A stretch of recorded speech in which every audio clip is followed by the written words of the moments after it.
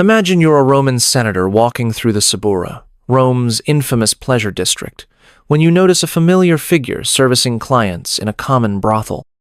Your blood runs cold as you recognize the delicate features beneath the cheap makeup. This isn't just any prostitute.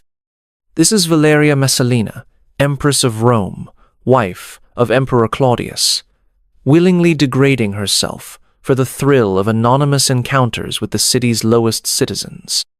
This wasn't some desperate woman forced into prostitution. This was the most powerful woman in the Roman Empire, sneaking out of the palace at night to compete with common prostitutes, determined to prove she could outlast any woman in sexual endurance. You think you know about Roman decadence?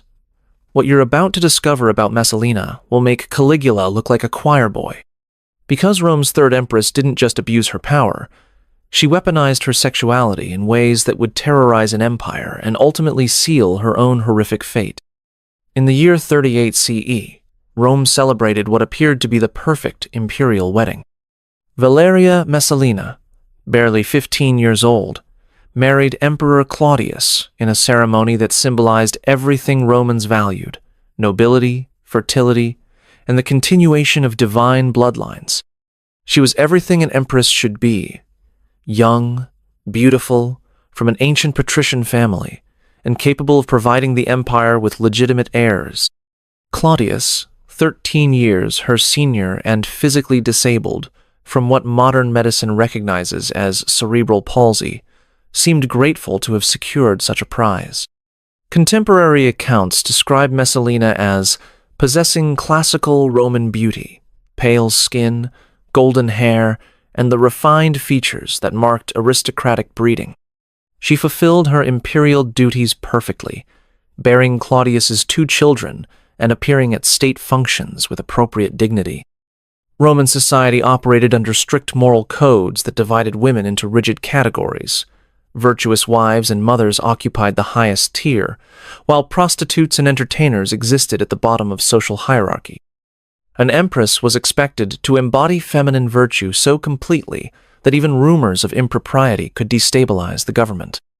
The contrast between public expectation and private reality made Messalina's behavior not just scandalous, but genuinely dangerous to imperial stability. But behind the marble walls of the Palatine Palace, something far darker was developing. The young woman who smiled graciously during religious ceremonies and hosted dignified dinner parties was secretly planning nocturnal adventures that would shock even jaded Roman aristocrats who thought they had seen every form of excess imaginable. The transformation began subtly during Messalina's first year as empress, when palace servants started noticing peculiar changes in her behavior. She would dismiss her guards at unusual hours, claiming fatigue, then emerge from her chambers wearing simple clothes that concealed her identity. Initially, her nocturnal wanderings seemed like harmless rebellion, a young woman seeking adventure outside the suffocating protocols of palace life. But Messalina's midnight excursions quickly evolved from innocent escapism into something far more calculated and disturbing. She began studying the routines of Rome's prostitutes, learning their techniques, their territories, and their clients. This wasn't casual observation. She was conducting research with the methodical precision of a military campaign. The first documented incident occurred during the Saturnalia festival of 40 CE, when traditional social roles were temporarily reversed and normal moral restrictions relaxed. While Claudius attended religious ceremonies, Messalina disguised herself as a common citizen and ventured into the Suburra district. What started as curiosity about how ordinary Romans lived became an obsession with proving her sexual superiority over professional entertainers. Contemporary historian Tacitus recorded whispered accounts from palace insiders who discovered Messalina's deception. She had approached a brothel keeper, offering to work anonymously for a single night. The proprietor, unaware of her true identity, accepted what appeared to be an aristocratic woman seeking excitement. But Messalina's performance that night exceeded anything the establishment had witnessed. She serviced more clients than their most experienced workers. displaying an appetite that shocked even professionals accustomed to extreme demands. When dawn approached and other prostitutes stopped working, Messalina refused to leave. She demanded more clients, more challenges, more opportunities to demonstrate that an empress could outperform any common prostitute. The brothel keeper finally forced her to depart, but the damage was done. Messalina had discovered her true calling. Within months of her first brothel experience, Messalina had developed a systematic approach to her nocturnal activities that revealed the calculating mind behind her apparent madness. She established a network of trusted servants who would smuggle her out of the palace, arranged for disguises that completely transformed her appearance, and created false identities that allowed her to move freely through Rome's underground sexual economy. But simple prostitution wasn't enough to satisfy Messalina's competitive nature. She began organizing contests between herself and Rome's most renowned courtesans, wagering enormous sums on her ability to service more clients in a single night than any professional. These competitions weren't private affairs. They attracted audiences of wealthy Romans who gathered to watch their empress degrade herself for entertainment. The most infamous of these contests occurred in 41 CE, when Messalina challenged Scylla, Rome's most celebrated prostitute, to an endurance competition. The rules were straightforward. Whoever could service the most clients between sunset and dawn would win a fortune in gold. Roman nobility packed the venue, placing bets while watching their emperor's wife compete like a gladiator in an arena of flesh. Scylla, a professional with years of experience, paced herself carefully throughout the night. She had developed techniques for managing clients efficiently while conserving her strength for the long competition ahead. By dawn, she had serviced 25 clients and declared herself exhausted but victorious. Messalina was just getting started. Even after Scylla conceded defeat, the Empress continued accepting new clients, driven by a compulsion that went far beyond mere sexual appetite. Historical accounts suggest she ultimately serviced over 30 men that night, stopping only when no more volunteers could be found. Her victory wasn't celebrated. It was witnessed in horrified silence by Romans, who realized they were watching something unprecedented and deeply disturbing. The psychological implications were staggering. This wasn't a desperate woman forced into degrading circumstances. This was the most powerful woman in the world, choosing humiliation as entertainment. Messalina had discovered that her imperial status made debasement more thrilling, not less. The greater the contrast between her public dignity and private degradation, the more intense her satisfaction became. But these public competitions were just the beginning of Messalina's descent into systematic perversion that would eventually threaten the stability of the entire Roman government. But if you think Messalina's prostitution contests were shocking, you're not prepared for what happened when she decided to make her sexual obsessions permanent. What I'm about to describe will make everything you just heard seem like innocent experimentation compared to the systematic operation she was planning. Before we dive into the most disturbing part, subscribe and hit that like button if you can handle what's coming next. And definitely comment below to let me know where you're listening from. I think it's incredible that people across the world are connected by the same curiosity about the darkest parts of human history. The next phase would transform Rome's empress into something far more dangerous than a sexual competitor. In 42 CE, Messalina crossed a line that transformed her from scandalous empress into genuine threat to imperial security.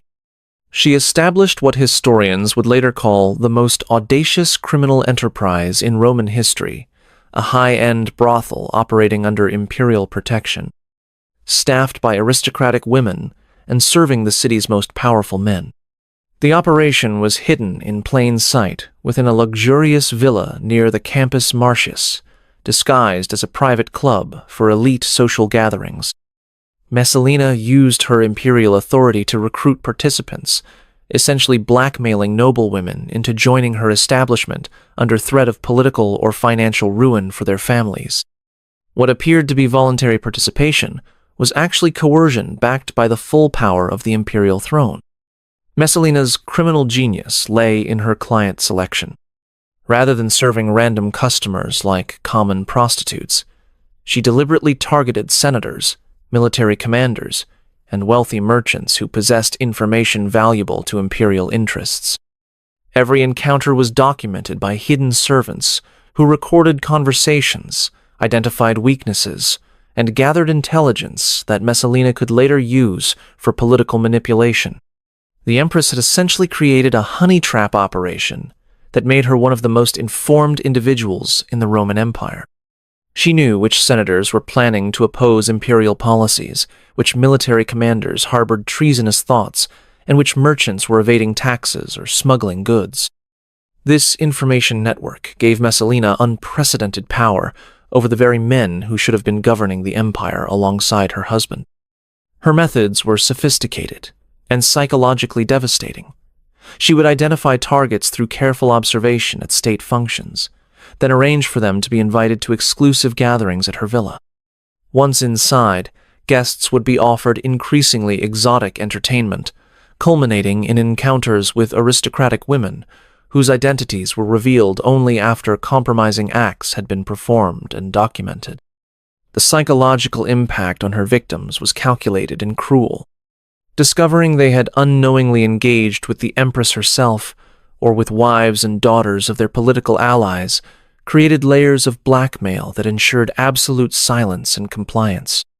Messalina had turned sexual shame into political control, creating a web of compromised officials who dared not oppose her wishes. But the most disturbing aspect of her operation was how it corrupted the fundamental relationships that held Roman society together. She forced aristocratic women to betray their class, coerced political leaders to act against their principles, and transformed the sacred bonds of marriage and family into tools of manipulation and control. Foreign ambassadors began reporting strange irregularities in Roman policy decisions that seemed to favor specific individuals without logical explanation. Military appointments went to unqualified candidates who somehow possessed the Empress's support. Trade agreements benefited merchants who had no apparent connection to imperial interests. The empire's decision-making process had been quietly subverted by a brothel madam who happened to be married to the emperor. Even this systematic corruption was nothing compared to what happened when Messalina decided that operating in secret wasn't exciting enough anymore. By 44 CE, Messalina's appetite for power and perversion had grown beyond anything that could be satisfied through secret operations. She began organizing elaborate public orgies that served as both entertainment and political theater, forcing Rome's elite to participate in degrading spectacles that cemented her control over the empire's leadership. These events weren't spontaneous parties, but carefully orchestrated displays of imperial power disguised as religious festivals. Messalina would claim to be honoring various gods and goddesses, requiring attendance from senators, their wives, and other high-ranking officials under the pretext of fulfilling civic duties. What began as formal religious observances would gradually transform into scenes of systematic sexual humiliation. The Empress had developed techniques for gradually escalating these gatherings from dignified ceremonies into something far more sinister. She would begin with traditional rituals, then introduce increasingly intimate elements claimed to be authentic ancient practices.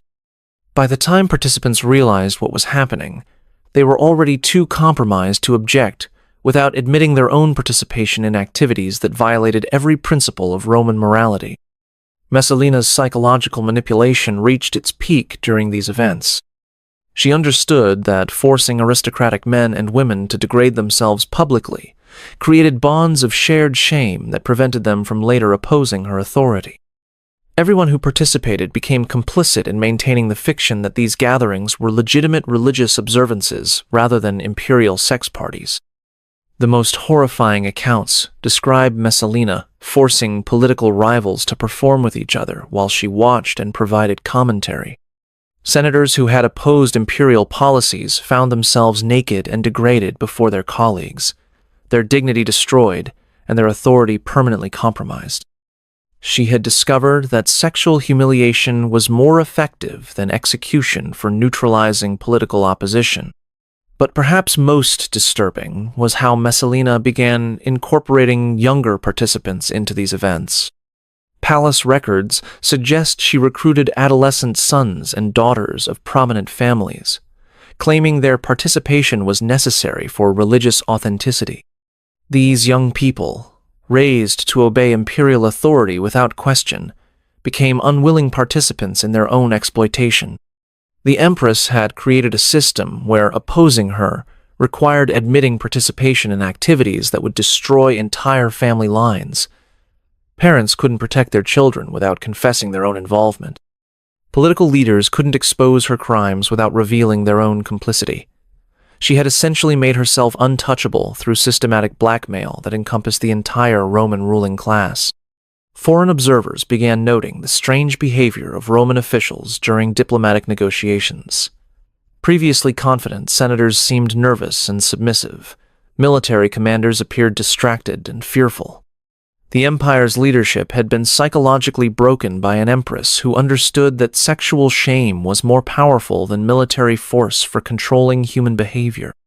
In 48 CE, Messalina's obsession with power and scandal reached its ultimate expression when she committed an act so unprecedented that it shocked even Romans accustomed to imperial excess. While Emperor Claudius was away in Ostia overseeing grain shipments, Messalina held a full wedding ceremony with Gaius Silius, a handsome young senator she had been pursuing for months. This wasn't a secret affair or symbolic ritual. It was a legal Roman marriage complete with religious ceremonies, official witnesses, and formal contracts. Messalina had essentially declared herself divorced from the emperor and remarried to another man while still holding the title of Empress.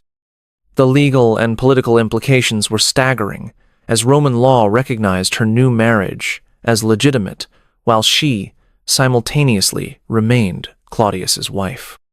The wedding celebration became a multi-day orgy that included most of Rome's remaining uncorrupted aristocracy, finally forcing even her most compromised allies to acknowledge that Messalina had crossed into open rebellion against imperial authority. She had stopped pretending her activities were private indulgences or religious observances. This was a direct challenge to the emperor's authority and the stability of the empire itself. Messalina's psychological state during this period suggests complete disconnection from reality. She began referring to Silius as emperor and herself as his empress, apparently believing she could simply replace Claudius through the force of her will and the compliance of her blackmail victims. She started issuing orders in Silius's name and planning a formal coronation ceremony that would legitimize their rule. The young senator, initially flattered by the empress's attention, found himself trapped in a nightmare of imperial ambition and sexual obsession. He had become the focal point of Messalina's ultimate fantasy, not just sexual domination, but complete political transformation of the Roman Empire according to her perverted vision. Historical accounts suggest he began planning escape routes, realizing too late that he had become a pawn in her deadly game.